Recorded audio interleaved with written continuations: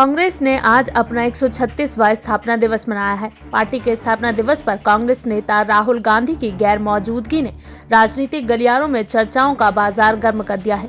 Party के पूर्व प्रवक्ता संजय झा ने कहा है कि पार्टी के शीर्ष नेतृत्व में परिवर्तन की इच्छा का अभाव है।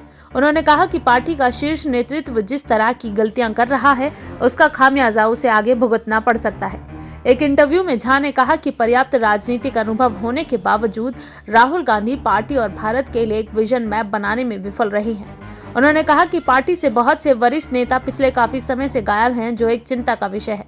झा ने कहा, कांग्रेस में कुछ हासिल करने की भूख, ऊर्जा और महत्वाकांक्षा की जरूरत है।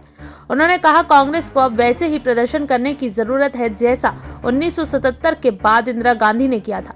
उन्होंने कहा, लेकिन अफसोस की बात यह है कि वर्तमान नेतृत्व में परिवर्तन के लिए कोई इच्छा शक्ति नहीं दिखाई देती है। संजय झा से जब सवाल किया गया कि 2020 कांग्रेस के लिए बुरा साल रहा, लेकिन आने वाले कुछ ही महीनों में कई राज्यों में चुनाव होने वाले हैं, क्या आपको लगता है कि पार्टी आने वाले सालों में बेहतर कर सकती है? इसके जवाब में झा ने कहा, कांग्रेस को भूख, ऊर्जा और महत्वाकांक्षा की जरूरत है, जैसा 1977 के दौरान इंदिरा गांधी ने करके दिखाया था।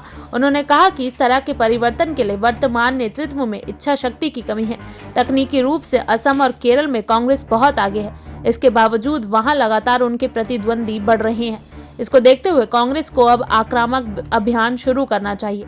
तमिलनाडु में डीएमके को बड़ी ताकत बनकर उभरना चाहिए। हालांकि मुझे लगता है कि पार्टी को सीट बंटवारे में व्यवहारिक होना चाहिए और गठबंधन की जीत के लिए काम करना चाहिए। पुडुचेरी में कांग्रेस अपना दबदबा जारी रख सकती है। पश्चिम बंगाल पर अभी कुछ भी नहीं कहा जा सकता है। अगर बीजेपी यहां पर अच्छा प्रदर्शन करती है तो टीएमसी को वाम कांग्रेस के समर्थन की आवश्यकता हो सकती है। ऐसे समय में कांग्रेस पर निर्भर है कि वो 2021 में कुछ बदलाव लाना चाहती है या फिर कुछ समय के लिए गायब होना चाहती है।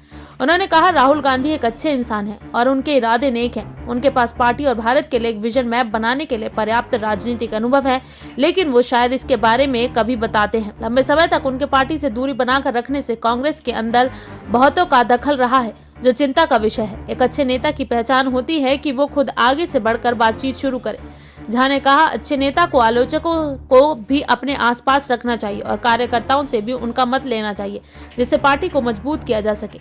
अफसोस की बात यह है कि राहुल ने सब कुछ किया है पर बहुत कम किया है।